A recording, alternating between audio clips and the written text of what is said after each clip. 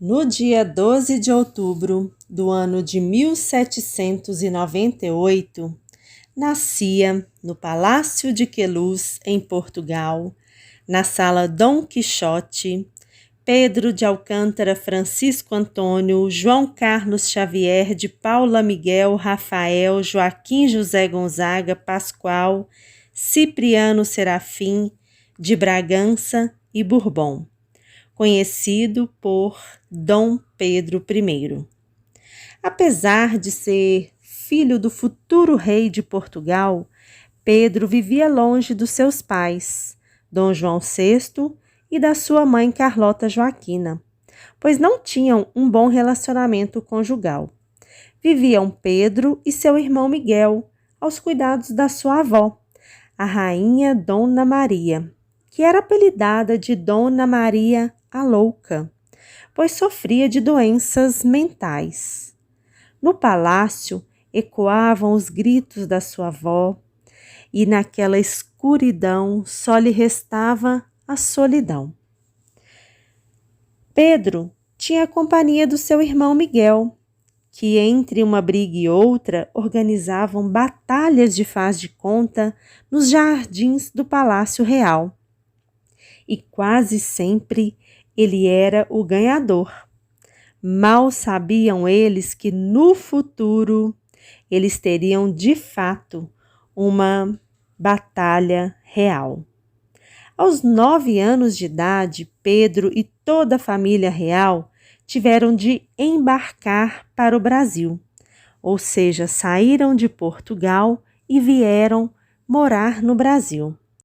O jovem Pedro recebeu fina educação, sabia latim suficiente para ler certos clássicos da antiguidade, estudava pintura, francês, inglês e música, chegando a compor e tocar pequenas peças. Dedicava-se também à equitação no Palácio de São Cristóvão e na Fazenda Santa Cruz. E em 1816, Dom João VI foi aclamado rei de Portugal, devido à morte de sua mãe, Dona Maria I. E Pedro recebeu o título de príncipe real e herdeiro direto do trono.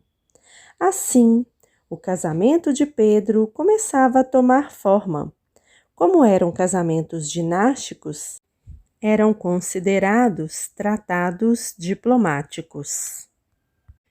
E a pretendente era Maria Leopoldina de Áustria, que perdera a mãe, a madrasta, muito cedo, mas teve uma educação esmerada da linha dos Habsburgos. Teve disciplinas como teatro para saber lidar com o povo, matemática, geometria, sendo assim uma das melhores princesas na arte de governar.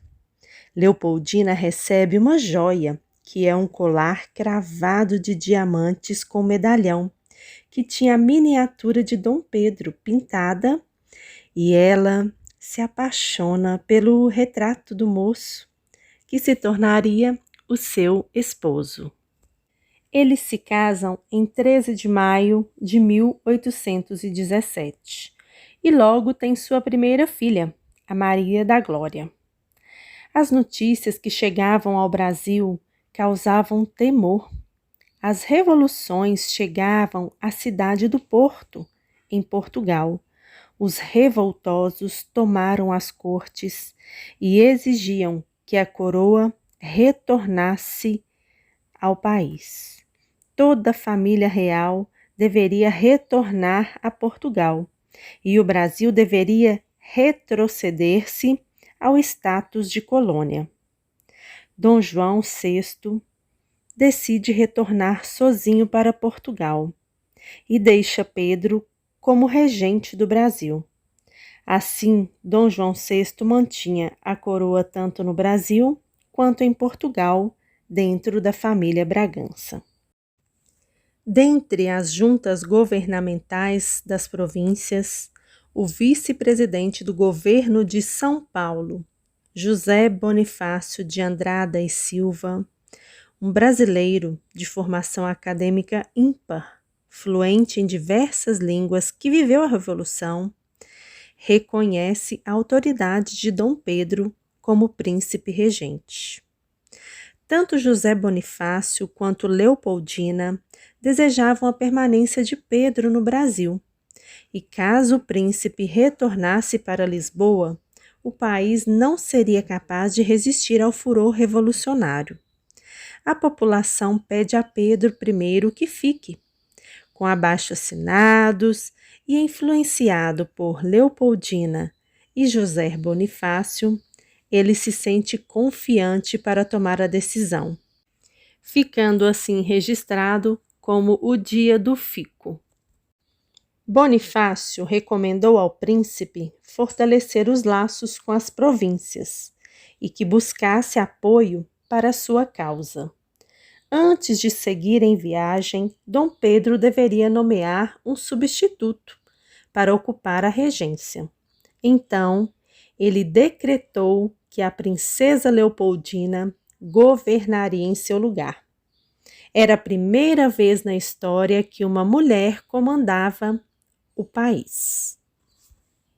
Em meados de agosto, Dom Pedro parte para Minas, São Paulo. No mesmo mês, chegam as mais novas reivindicações das cortes de Lisboa. Eles rebaixariam o príncipe Dom Pedro a um mero delegado temporário. Os novos representantes do governo brasileiro seriam eleitos em Lisboa, que não aceitariam mais as leis definidas pelo governo brasileiro e puniriam a todos que desrespeitassem as suas ordens. Com essas notícias, Dona Leopoldina chama para uma sessão de Conselho de Estado e todos se reúnem e deliberam que é melhor aconselhar ao príncipe pela separação do Brasil. José Bonifácio conclui, na reunião do Conselho, que teriam se esgotado as possibilidades de reconciliação com Portugal. Assim, enviou um mensageiro para entregar a Pedro a carta que informaria sobre a decisão arquitetada por Leopoldina e Bonifácio no Conselho. Dom Pedro, então, recebe pelo mensageiro a carta de sua esposa Leopoldina e de José Bonifácio, explicando o que estava acontecendo. Diziam que estavam chegando muitos homens que queriam levá-lo à força e dizia que era chegada a hora. Arrancando a braçadeira azul e branca que simbolizava Portugal, Pedro atirou no chão dizendo: "Tirem suas braçadeiras, soldados! Viva a independência, a liberdade e a separação do Brasil!" O príncipe ergueu a espada, no que foi seguido pelos militares. Os apaisanos tiraram o chapéu e Dom Pedro disse: "Pelo meu sangue, pela minha honra, pelo meu Deus, juro fazer a liberdade do Brasil. Brasileiros, a nossa divisa de hoje em diante será independência ou morte."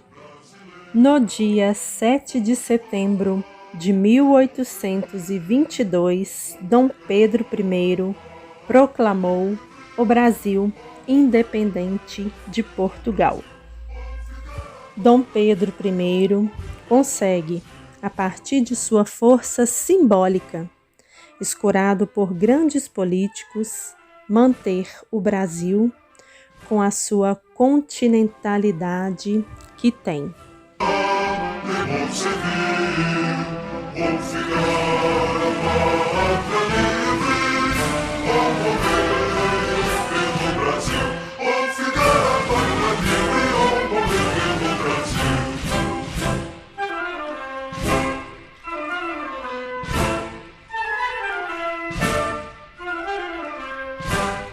Independência ou morte!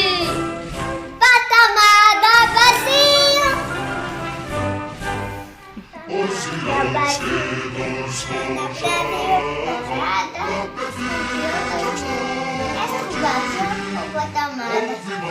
Pátria amada, Brasil!